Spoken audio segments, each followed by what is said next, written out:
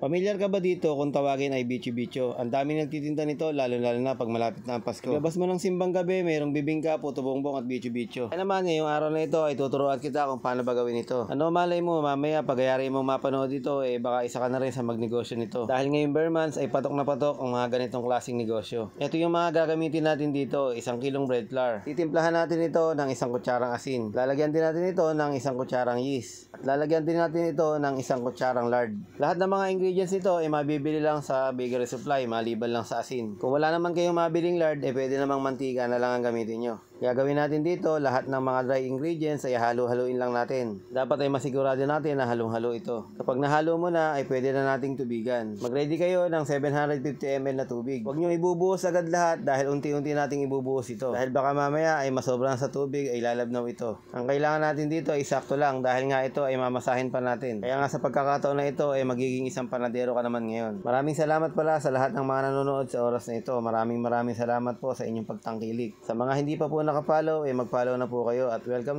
po kayo dito sa Cook and Taste. Dapat ay ganyan lang siya at hindi siya nagtutubig. Saktong-sakto lang at meron pang natitirang mga dry ingredients. Dahil sabi ko nga kanina, mamasahin pa natin ito upang ito ay maging maalsa. Maglagay lang kayo ng mantika sa inyong mga kamay upang hindi ito dumikit. Make sure lang na maghugas muna kayo ng kamay at walang mahabang kuko. Ang gagawin natin dito ay mamasahin natin ito. Siguro mga 5 to 10 minutes lang. Kapag hindi na masyadong dumidikit sa inyong kamay, pwede na ito. Kailangan nyo lang talagang pagtiyagaang masahin dahil nga ito ay exercise din. After nating masahin, ilalagay natin ito sa isang malinis na plastic. Dito natin siya i-rest. Bali yung plastic na yan na magiging lagayan. Sa pagre-rest naman ito, para umalsa siya ng maganda, ay 1 oras hanggang 2 oras. Dahil habang nagtitinda ka nito, ay umaalsa ito ng umaalsa. Pero ito nga ay napapanis din, lalo-lalo na pagka inabot ka pa ng magdamag. Kaya naman sa bicho-bicho habang tumatagal ay umaalsa. Kaya naman nakasisiguro ka na malaki ang tutubuin mo.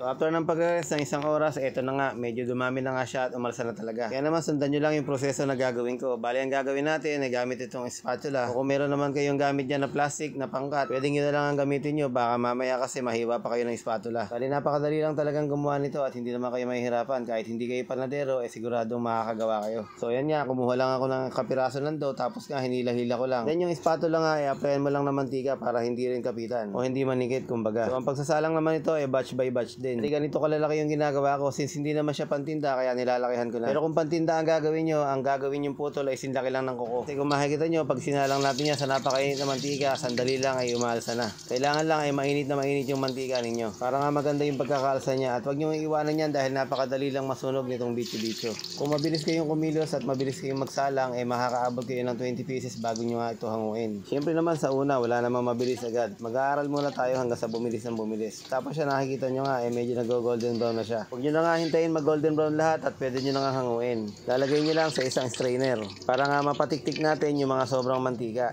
Pwede rin kayong gumawa ng medyo malaki-laki at lalong-lalo na mas maganda kung meron kayong cheese. Kaya naman ganito ang gagawin natin. Naghiwa ako ng mga cheese tapos nga ipapalaman natin doon sa ating dough. Gagawa muna tayo siguro mga 4 na piraso para nga maipakita natin sa inyo kung paano ba ginagawa.